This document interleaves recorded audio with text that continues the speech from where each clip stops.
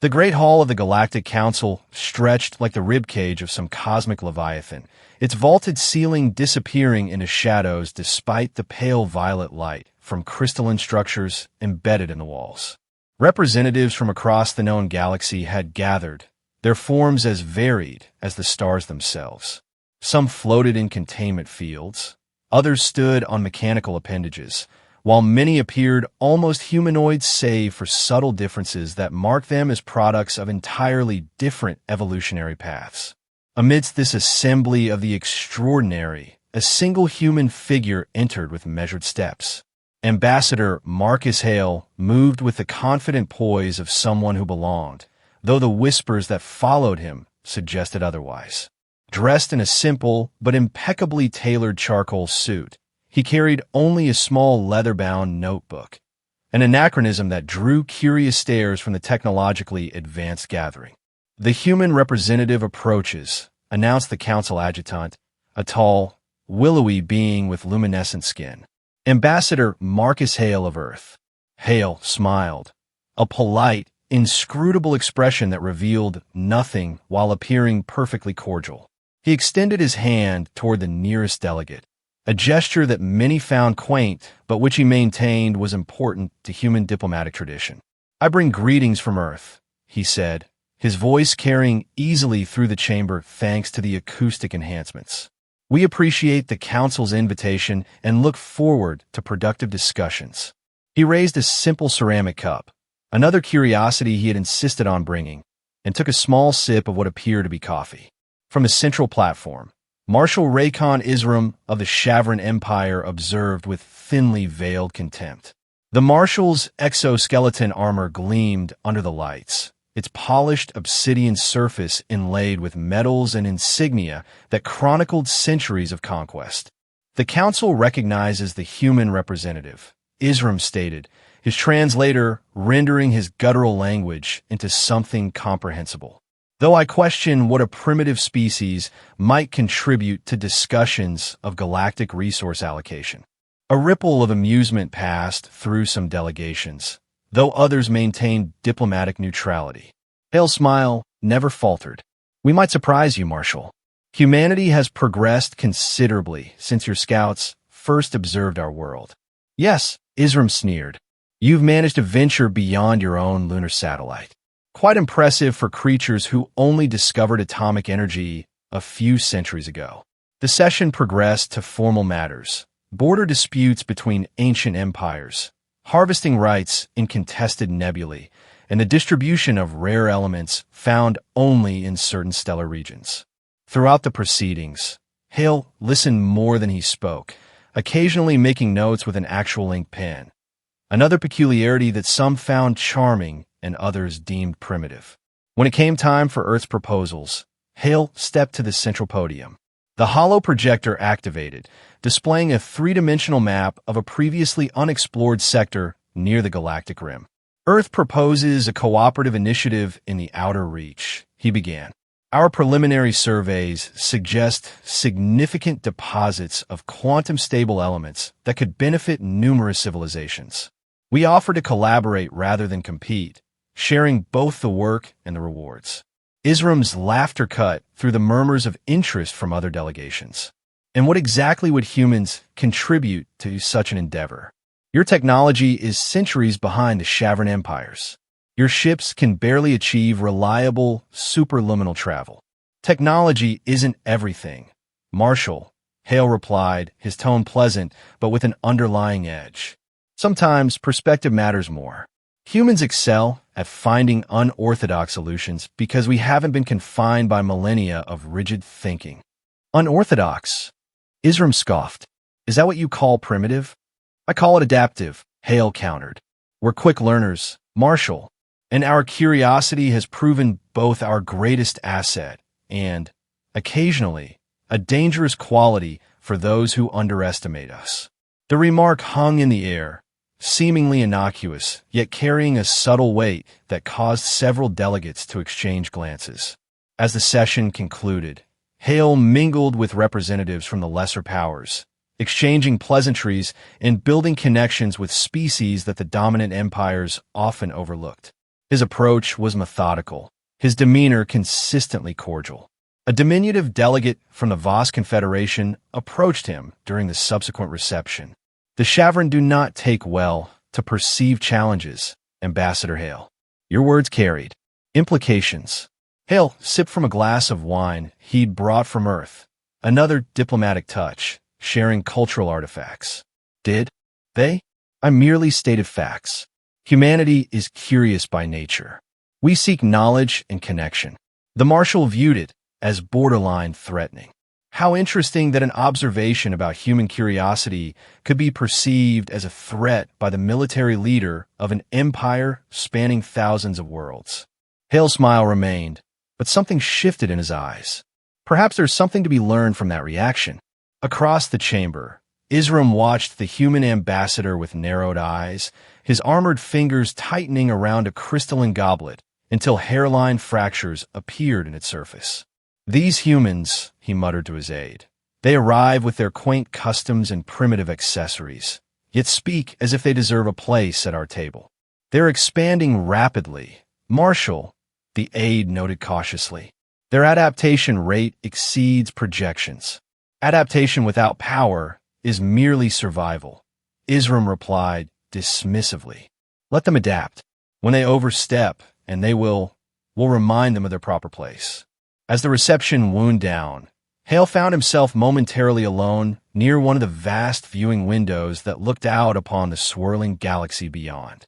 The stars seemed impossibly bright and numerous from this vantage point, a reminder of both humanity's smallness and the vastness of their potential.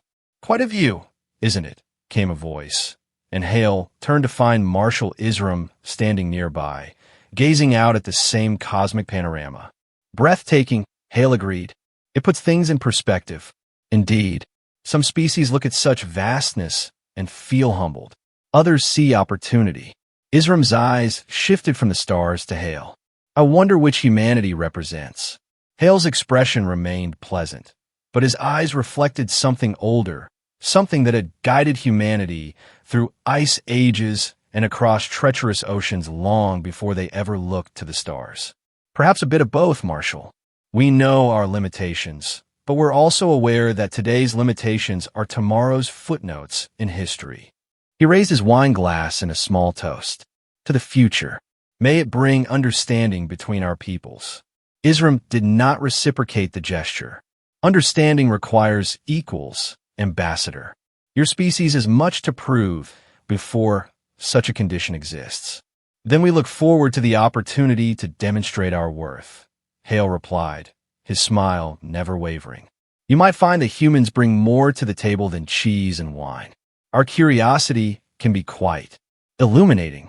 The Marshal's expression darkened. Or dangerous.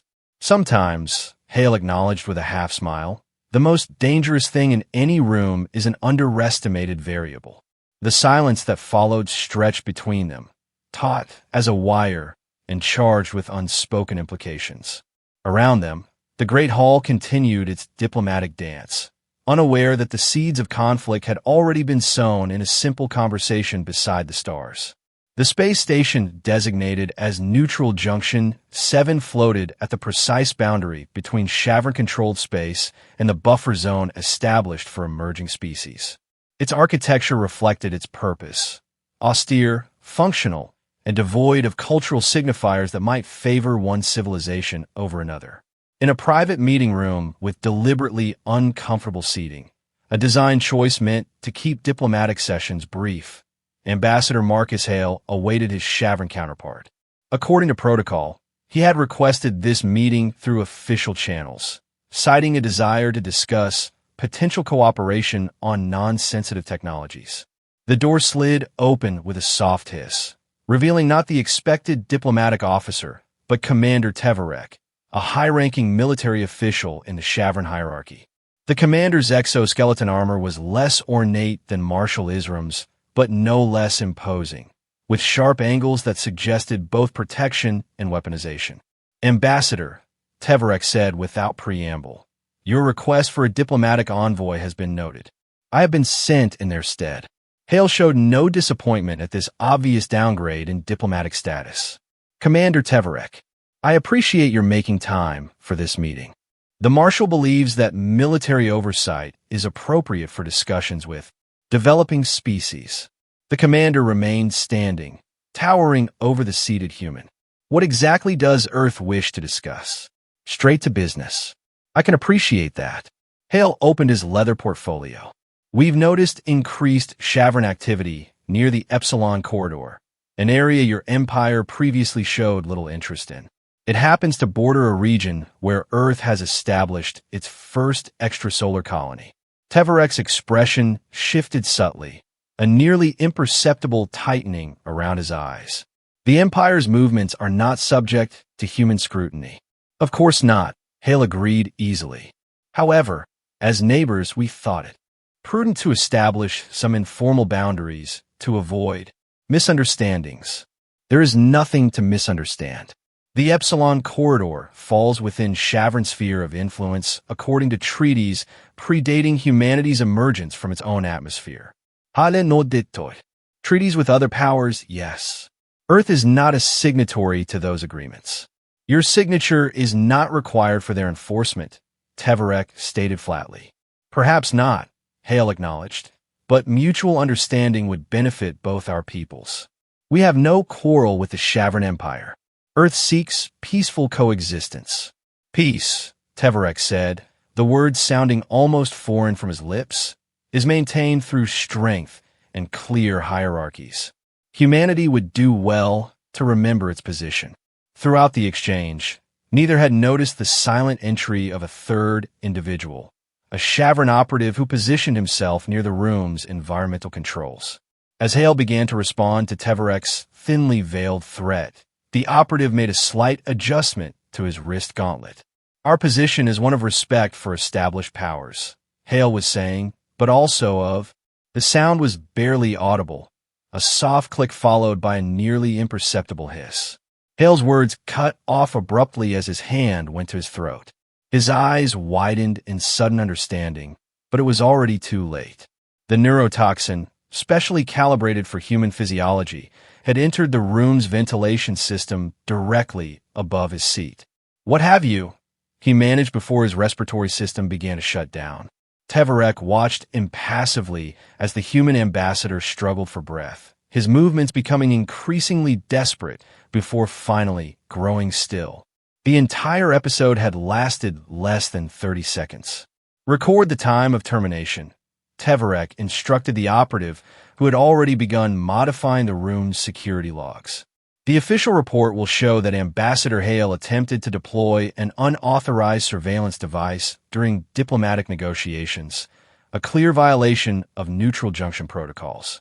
The humans will protest, the operative noted as he efficiently arranged the ambassador's body, placing a small device in his hand, the supposed surveillance equipment that would justify this execution. Let them, Teverek replied coldly. They must learn that the galaxy operates by rules established long before their kind learned to harness electricity. Their protests will be dismissed by the Council as the tantrum of a child denied a toy. Within hours, the Shavran Diplomatic Corps had disseminated their version of events throughout the Council.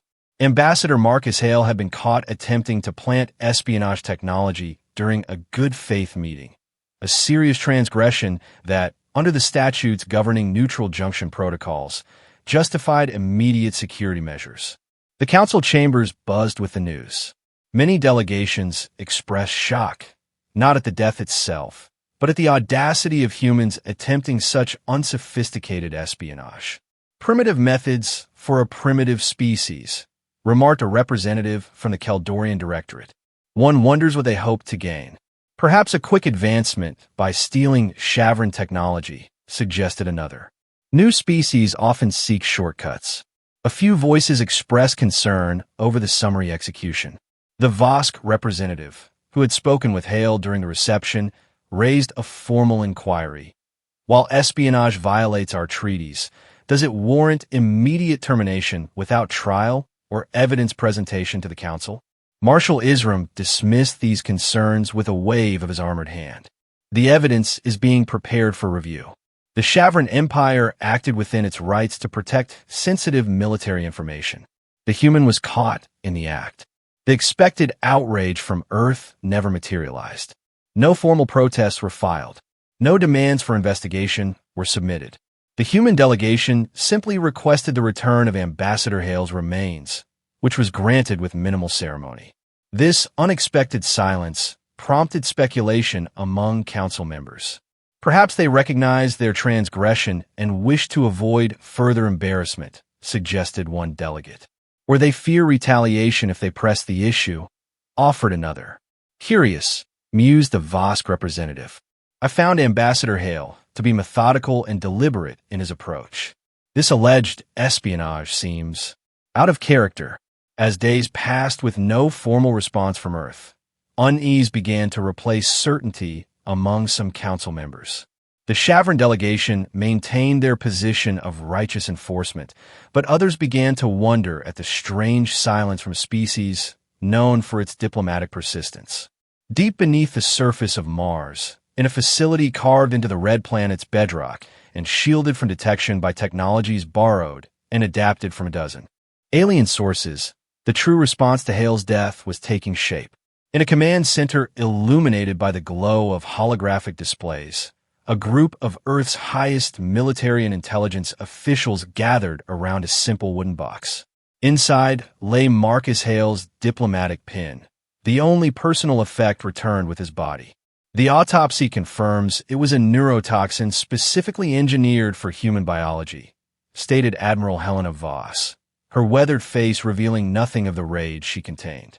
They studied us, targeted us, and executed our diplomat with premeditation, and made no effort to hide their responsibility, added General Thomas Reed. They want us to know who did it. Of course they do, said a woman who had thus far remained silent. Dr. Eliza Crow, slender, silver-haired, with eyes that reflected decades of scientific brilliance and strategic calculation. They expect outrage, protests, perhaps even some feudal military posturing that they can swat away to further establish their dominance. They murdered our ambassador, General Reed growled. Protocol demand a response. And they shall have one, Dr. Crow agreed, her voice cool and measured. Just not the one they anticipate. She brushed her fingers across the diplomatic pin. Marcus knew the risks. He also knew what to do if the worst occurred. His final communiqué, Admiral Voss confirmed, "If I am killed, do not respond with noisy retaliation. Make them regret it quietly." Dr. Crow nodded. Initiate Operation Pale Mirror. All assets are to proceed according to established protocols. This is not a drill. Throughout the solar system, in hidden bases and seemingly innocuous civilian vessels, specialized teams receive their activation codes. Years of preparation, conducted under the guise of scientific expeditions and commercial ventures, had positioned human operatives and technologies throughout the galactic community.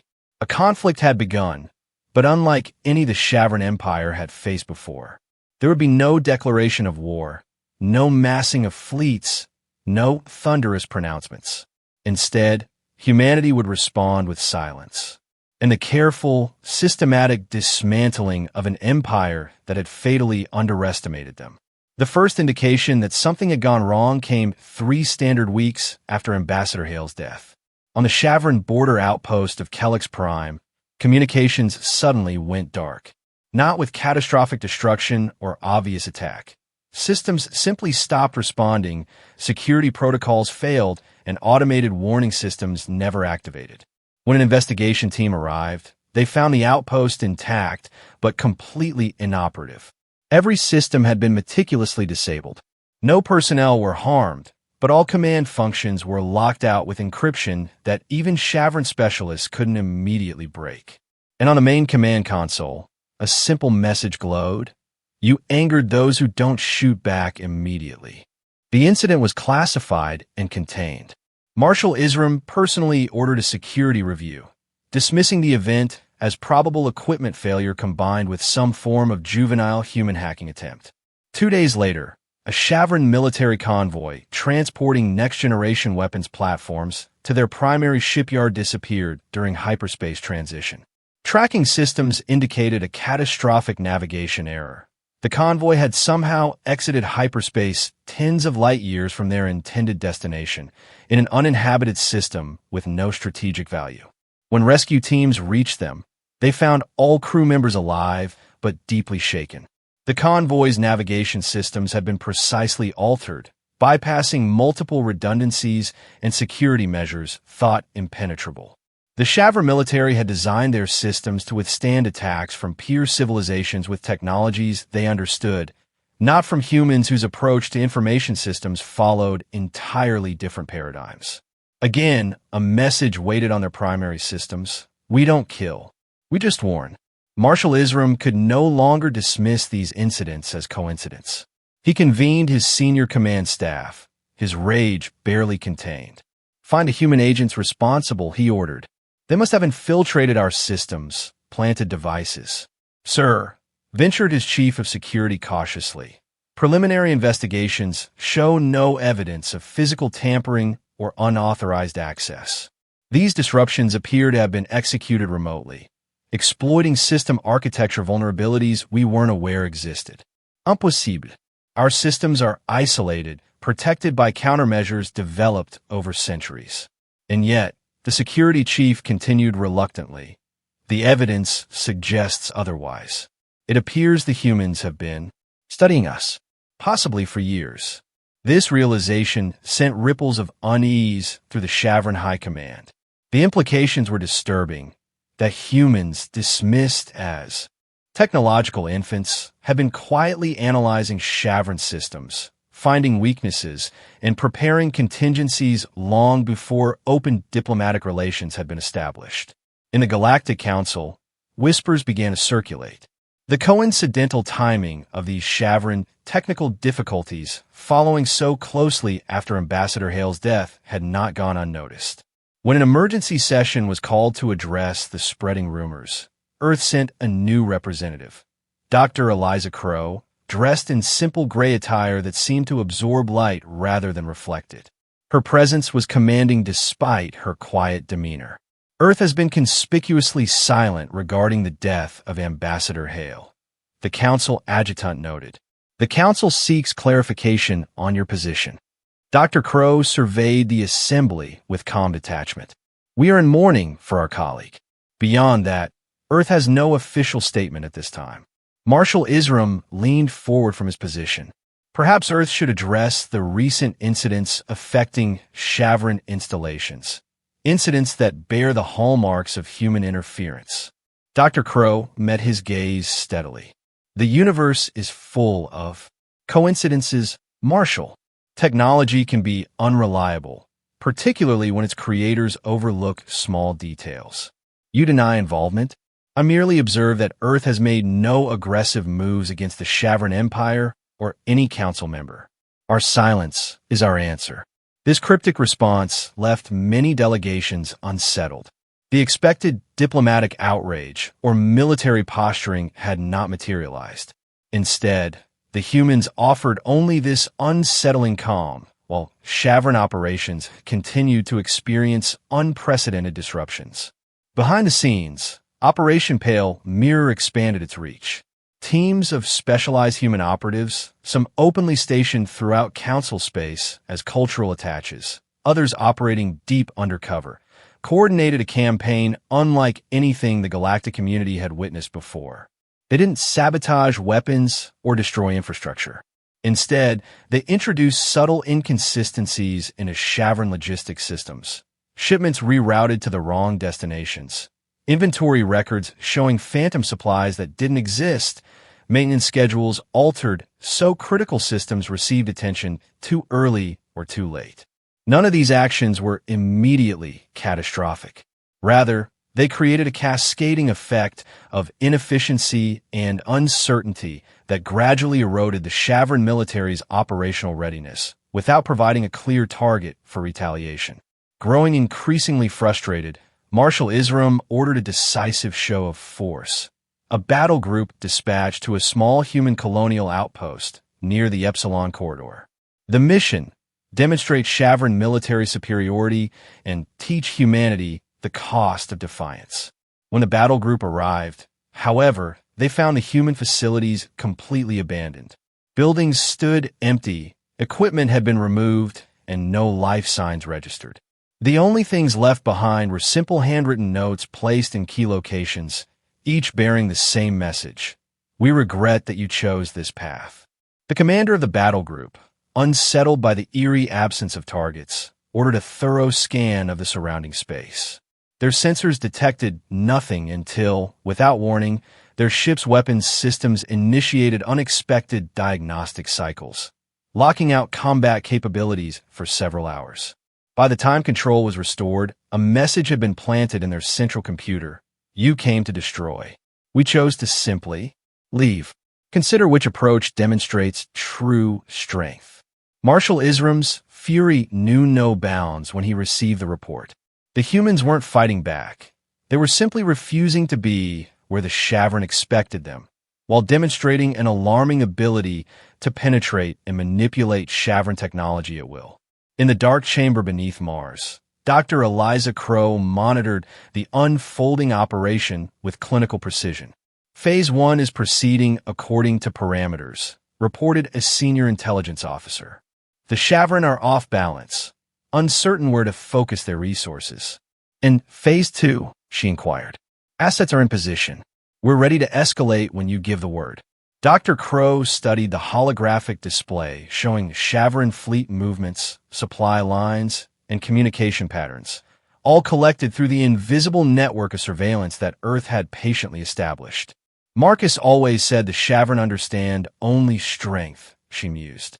But he recognized that true strength isn't always about firepower. Sometimes it's about knowing your opponent better than they know themselves. She made a small adjustment to the display, highlighting a particular pattern of Shavran ship movements. They're adapting more quickly than anticipated. Marshal Isram is consolidating his forces, limiting potential points of infiltration. Should we accelerate the timeline? Dr. Crow considered this. No, let them think they're regaining control. The next phase will be more effective if they believe they've identified and neutralized the threat. Across the chamber, a communications officer looked up from his station. "Doctor, we're receiving word from our council representative. The Shavran have formally accused Earth of technological sabotage and demanded an emergency session." A thin smile crossed her face. "Perfect. They're ready to bring this into the open." She straightened her simple gray jacket. "Prepare my shuttle. It's time to address the council in person." The emergency session of the Galactic Council was called with unprecedented urgency. Representatives from all major powers and many minor ones filled the chamber. The usual diplomatic formalities shortened in recognition of the brewing crisis. Marshal Isram took the central podium, his armor polished to an intimidating shine, his voice resonating with practiced authority. "Esteemed members of the council," he began, "the Shavran Empire brings grave charges against Earth.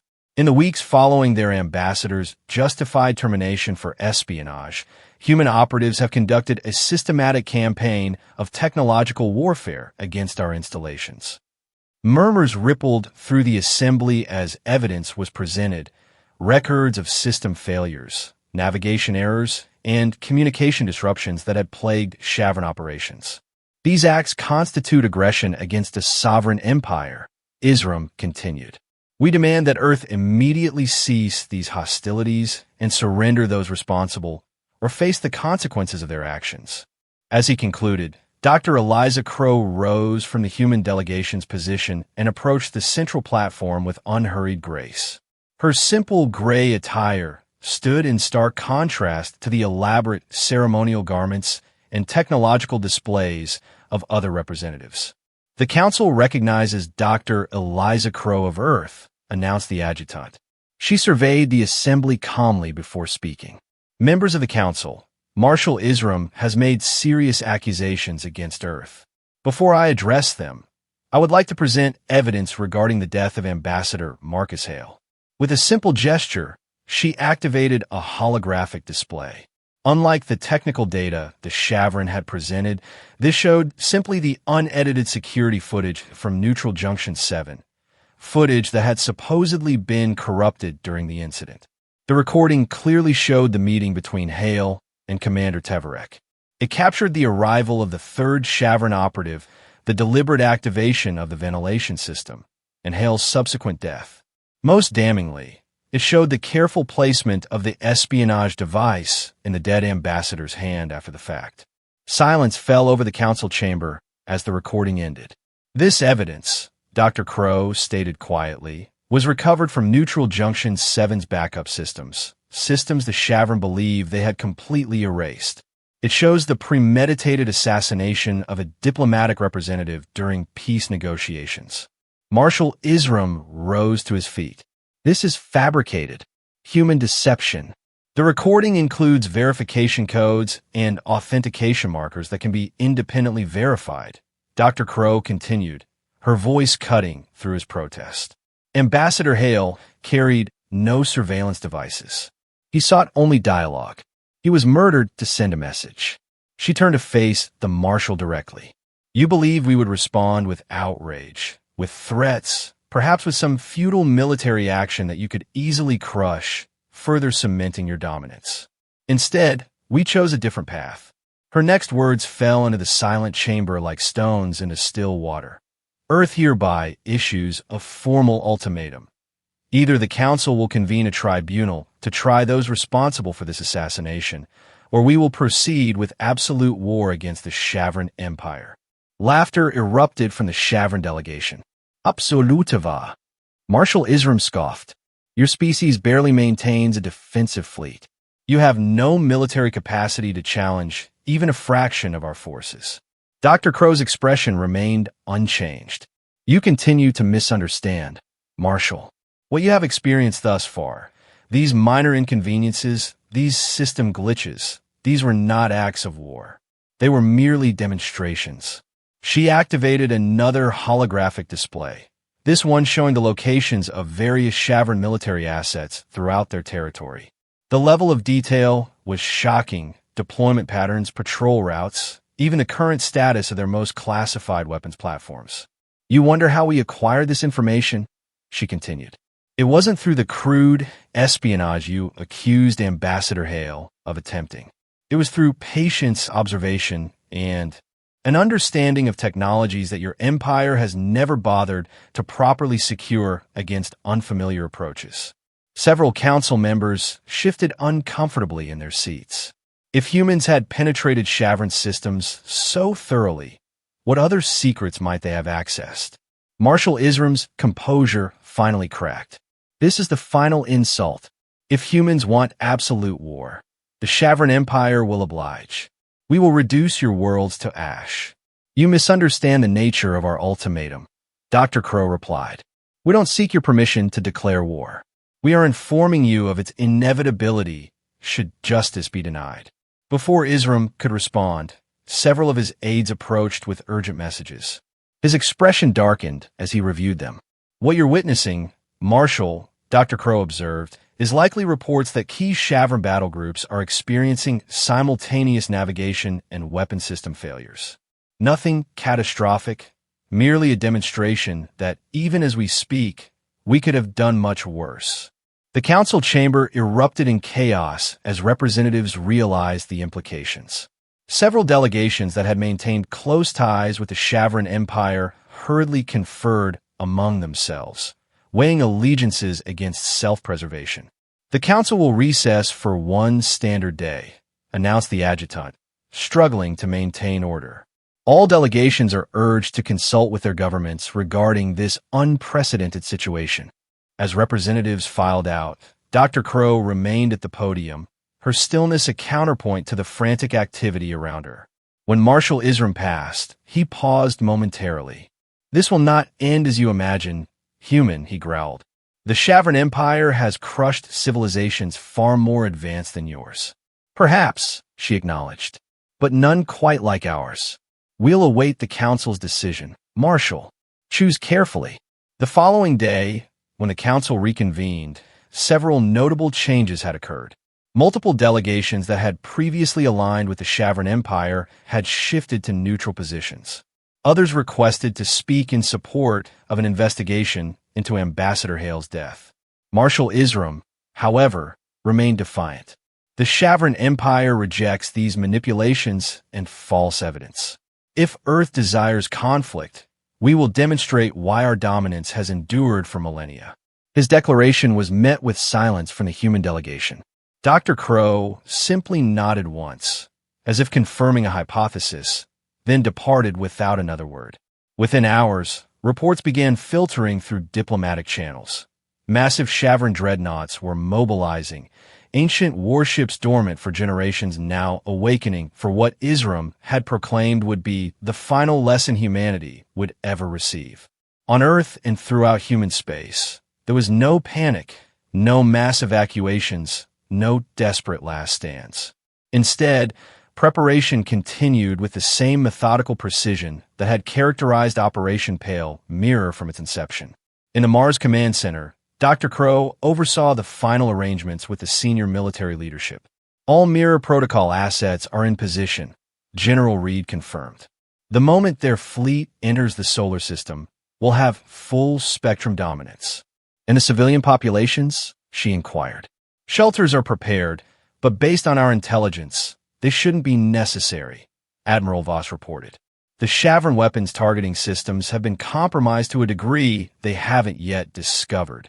Dr. Crow studied the massive holographic display tracking the approaching Shavran armada, a force that, by conventional military assessment, could indeed reduce Earth to ash many times over. They still don't understand, she mused. Despite everything, they believe this is about firepower. It's all they've ever known, the Admiral replied.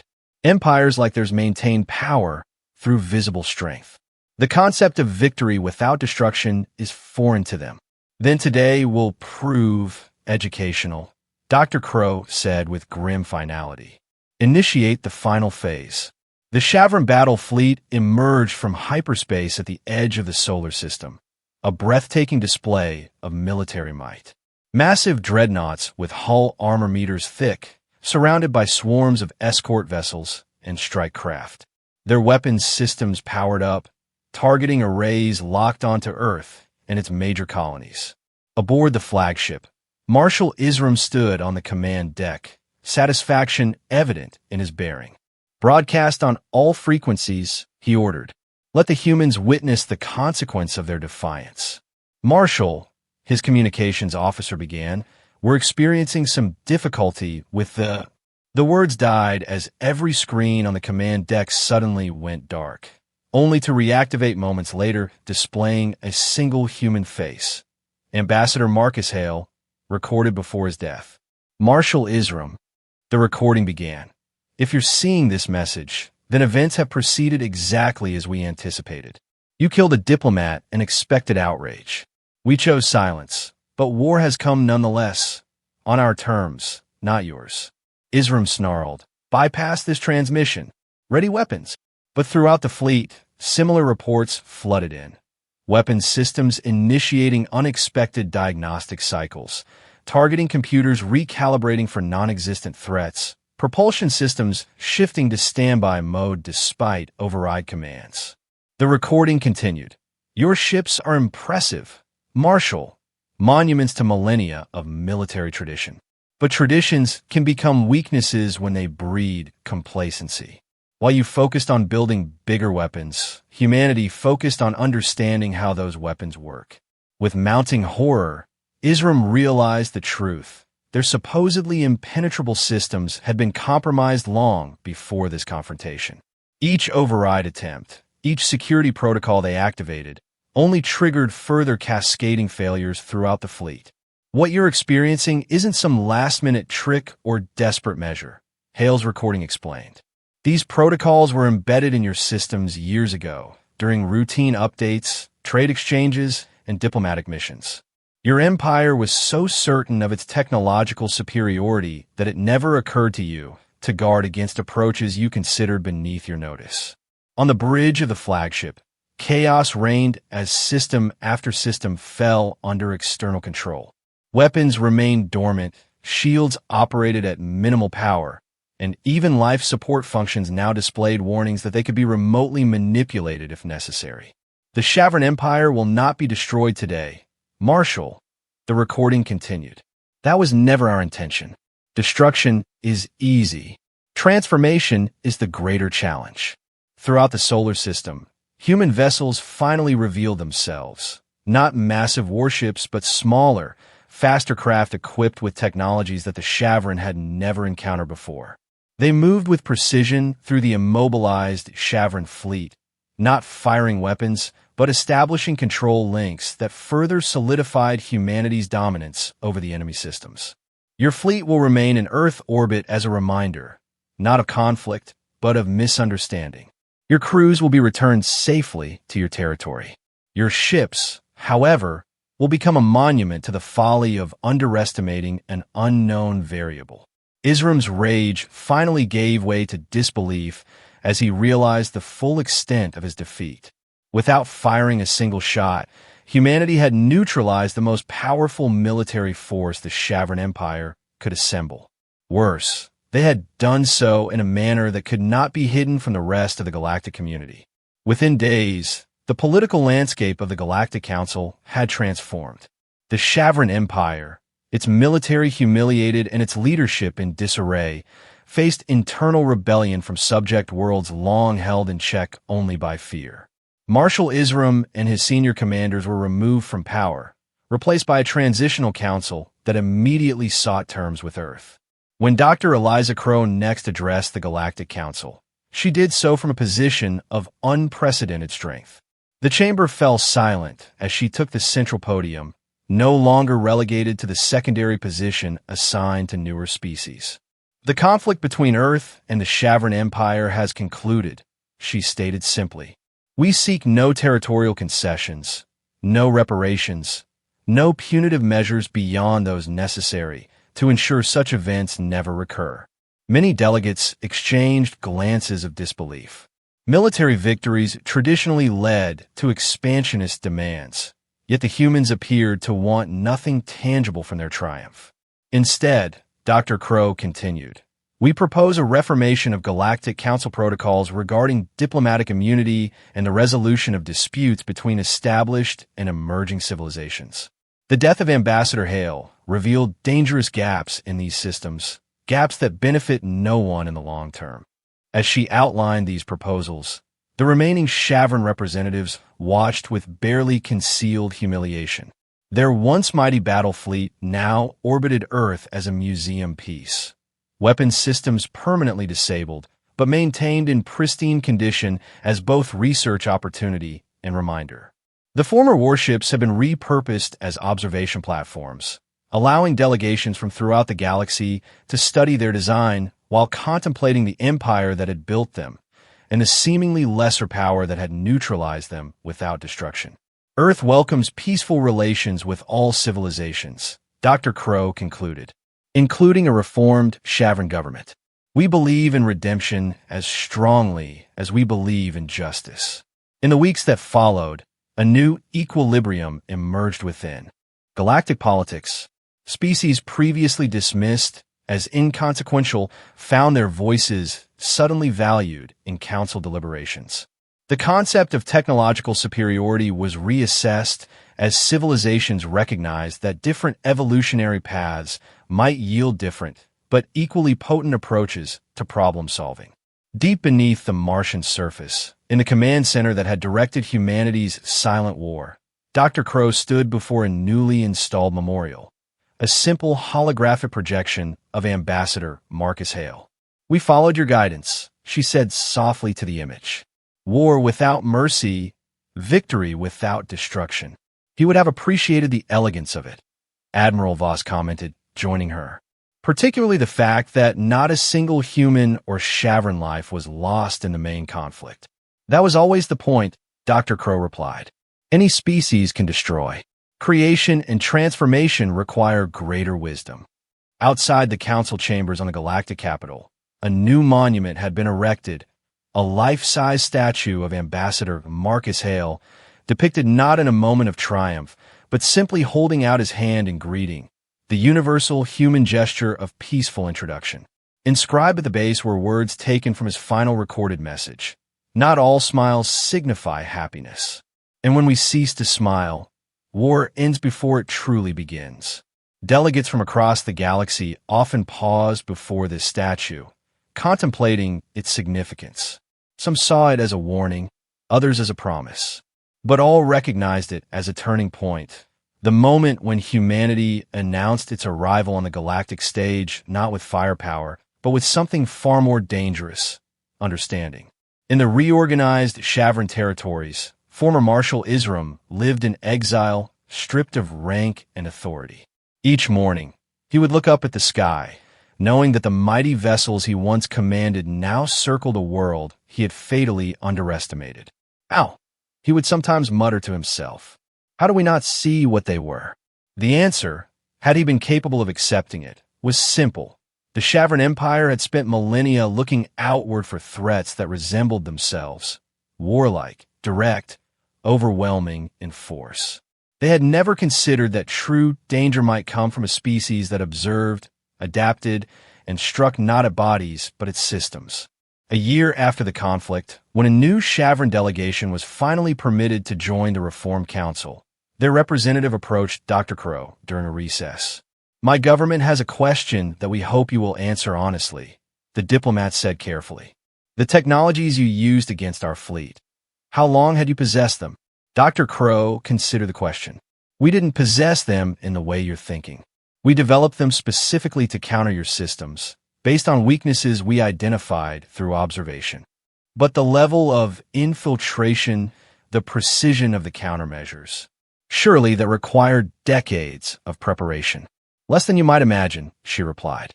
"When Ambassador Hale was killed, Operation Pale Mirror had existed as a contingency for only 3 Earth years. But in those years, we learned everything we could about how your civilization thinks.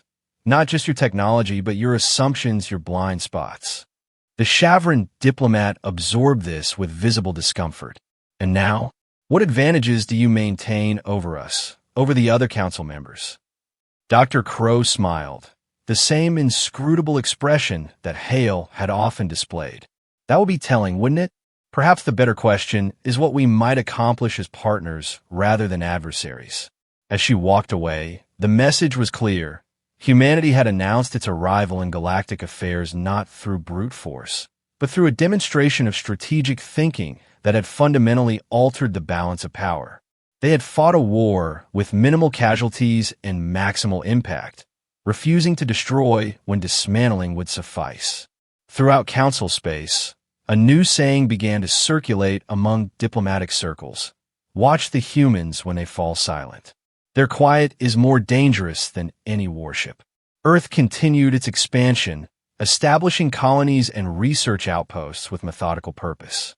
But unlike the empires that had come before, they built no dreadnoughts, no planet-killing weapons, only systems of connection, communication, and observation that extended their awareness ever outward.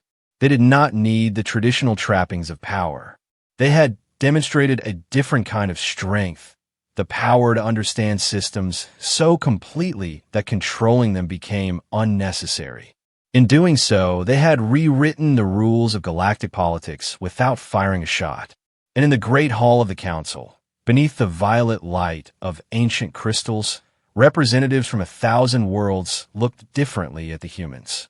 Among them, those seemingly ordinary beings who carried their strange ceramic cups and made notes with primitive writing tools, whose smiles might signify friendship, warning, or something else entirely. The silent war had ended. The age of understanding had begun. And throughout the galaxy, powers old and new adjusted to a universe where the most dangerous species might be the one you'd overlooked, the one that watched and learned and waited until the perfect moment to reveal just how deeply it understood you.